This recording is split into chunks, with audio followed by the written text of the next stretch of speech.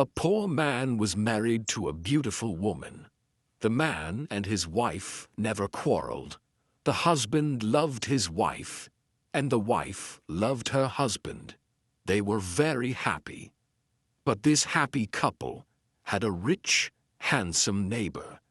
He saw the poor man's beautiful wife, and he fell in love with her. "I want to marry her myself," he thought.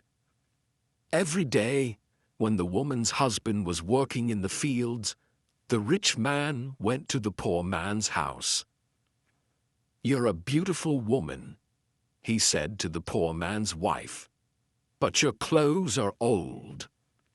Why doesn't your husband buy new pretty clothes for you? I'm sure he doesn't love you.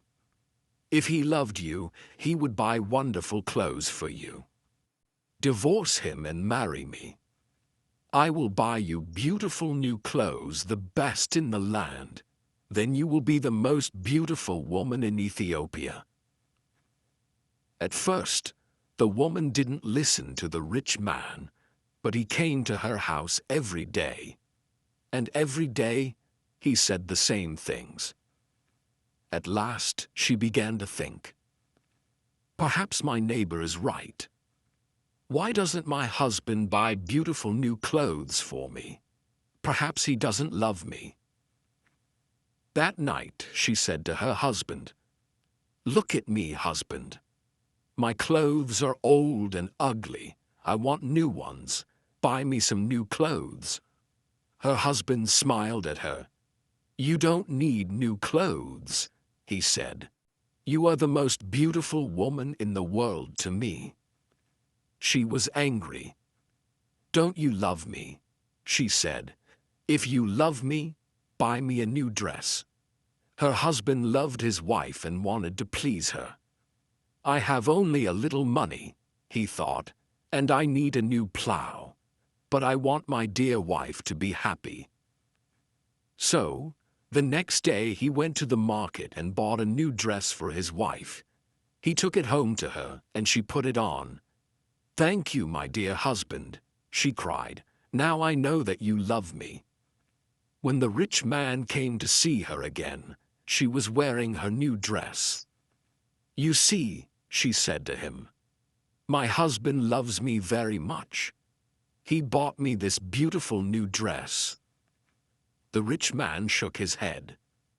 "But a good husband doesn't only give his wife new clothes," he said. "He gives her gold. Where's your gold necklace? Where are your gold rings? Why doesn't your husband give you those?" He opened a box and showed her some beautiful gold jewelry. "Look at these," he said. "Divorce your husband and marry me, and I will give all these to you." The woman did not listen to him. "Go away," she said. "I love my husband, and he loves me, and we are happy together." But the rich man came again every day, and every day he showed her the box of jewelry. At last, she began to think, "Perhaps the rich man is right. Why doesn't my husband buy gold for me? Doesn't he love me?" That day, she didn't make a fire. She didn't cook a meal. Her husband came home late after a long day in the fields. He was tired and hungry. "There's no dinner for you tonight," his wife said. "You don't love me." "What?" her husband cried. "But my darling, I love you more than anything. You are the most wonderful person in the world." "Then why don't you buy me some gold jewelry?" she said. "When a man loves his wife, he gives her a gold necklace and rings for her fingers." Her husband looked worried. "I spent money on her new clothes," he thought. "How can I find more for gold? I'll go and see my brother. Perhaps he will lend me the money. I must buy gold for my dear wife. I want her to be happy." The next day, he went to visit his brother. "Lend me some money, brother," he said, "and I will work for you in your field." "All right," his brother said, "but you must work hard. There are many stones in my field, and you must move them all away." Her husband agreed and took the money. He went to the market and bought some gold jewelry. Then he took it home to his wife. His wife was very happy. She put the necklace around her neck and put the rings on her fingers. "Look at me," she said. "Am I not beautiful?" "You're very beautiful," her husband said. "If you are happy, I am happy." She put her arms around his neck. Thank you, my dear husband," she said. "Now I know that you love me." The next day, her husband went out very early, before the sun rose in the sky. He ran to his brother's field. It was covered with stones. "I must work very hard now," he thought. "I must start early and stop late. I must pay my debt to my brother." His wife was working happily at home. "I'll make a wonderful dinner for my husband tonight," she thought. "He gives me wonderful presents. He works hard for me. I know that he loves me." "Hello?" a voice called out. "Are you there?" The woman went outside. Her rich neighbor was there. "Ah, it's you," the woman said. "Listen, neighbor, you were wrong about my husband. Yesterday he bought me this beautiful jewelry. He loves me very much, and I love him. I will not divorce him. I will not marry you." The rich man was worried. Her husband loves her too much, he thought. If I want her, I must be clever. At last he said, "Your husband gave you clothes and jewelry, but I can give you more than that." "What do you mean?" the woman cried. "Can your husband make miracles?" the rich man asked. "Miracles? No, of course he can't make miracles," the woman answered. "Only God can make miracles. Men cannot make them. But I can," the man said, "because I love you. Love can make miracles. If your husband loves you, he can make miracles for you. If you love me, I will make miracles for you." "Make a miracle for me now," the woman said. "I can't," the rich man answered. "You must promise to love me first. You must leave your husband and come to me. Then I will make wonderful, wonderful miracles for you." The woman said nothing, and the rich man went away.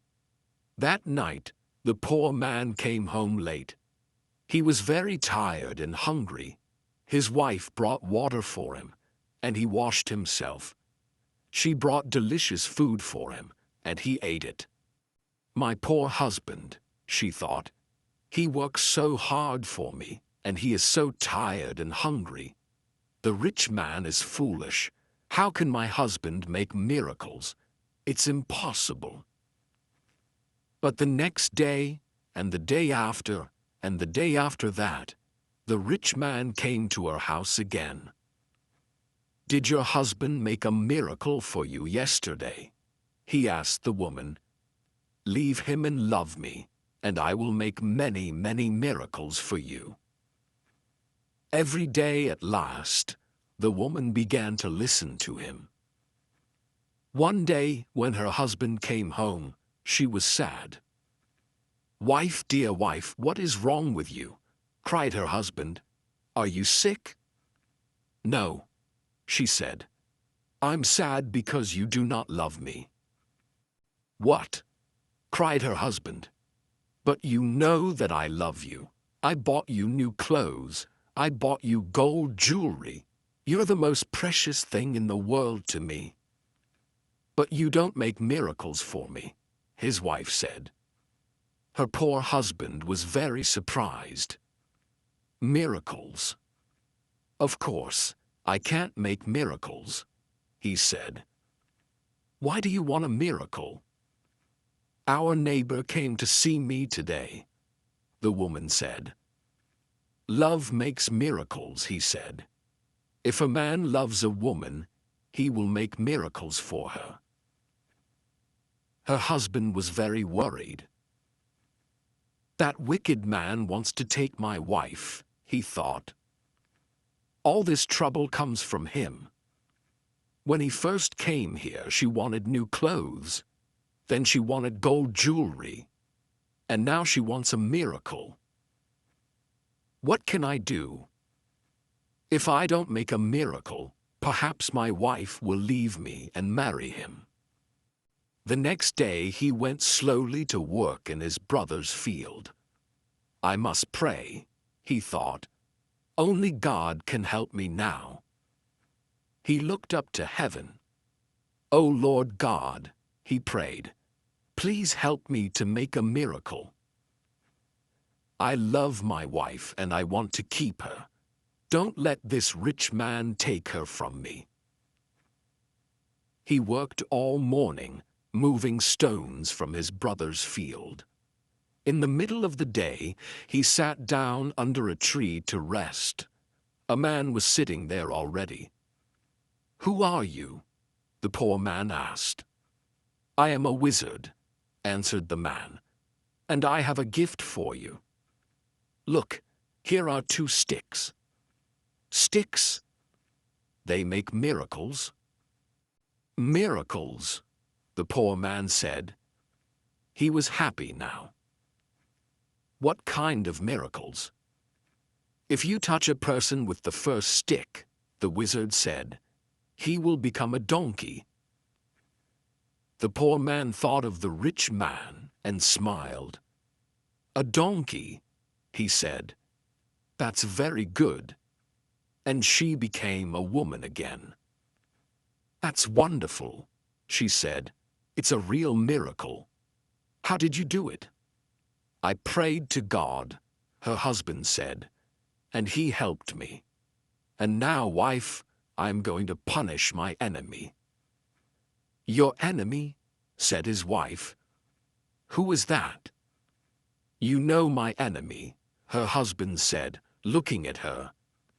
He wasn't smiling now. It's the rich man, our neighbor.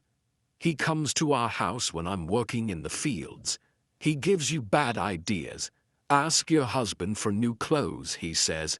Ask him for gold jewelry. Ask him for a miracle.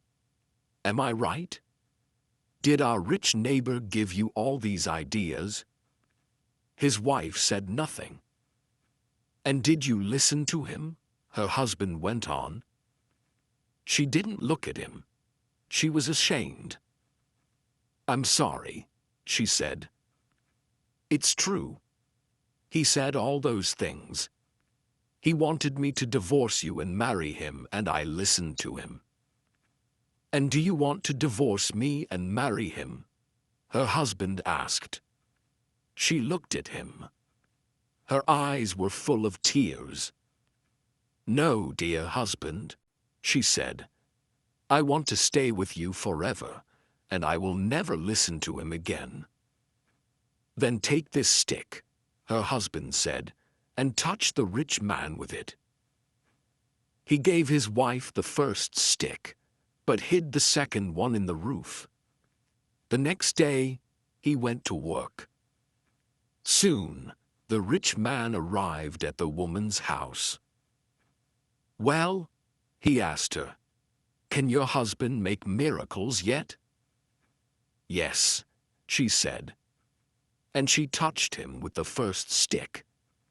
At once, the rich man changed into a donkey. Now, said the woman, you can go to work and help my dear husband. She took the donkey out to the fields. Her husband was working there, moving stones from his brother's field. Ah, he said, a donkey. Now I can finish the job quickly. From that day, the poor man gave the donkey many heavy loads to carry. The donkey carried stones away from the fields. It took sacks of teff to the market and brought flour and coffee home again. For many years, the donkey worked for the poor man. The poor man was not so poor now. The donkey was helping him, and he was becoming richer. One day, the poor man looked at the donkey. It was tired and old. It stood still, its head bent down. The poor man was sorry for it. He went into his house and brought out the second stick. Then he touched the donkey with it. At once the rich man stood there, but he was not a handsome young man now. He was old, his back was bent, and he was very, very tired. "You tried to take my wife away from me," the poor man said.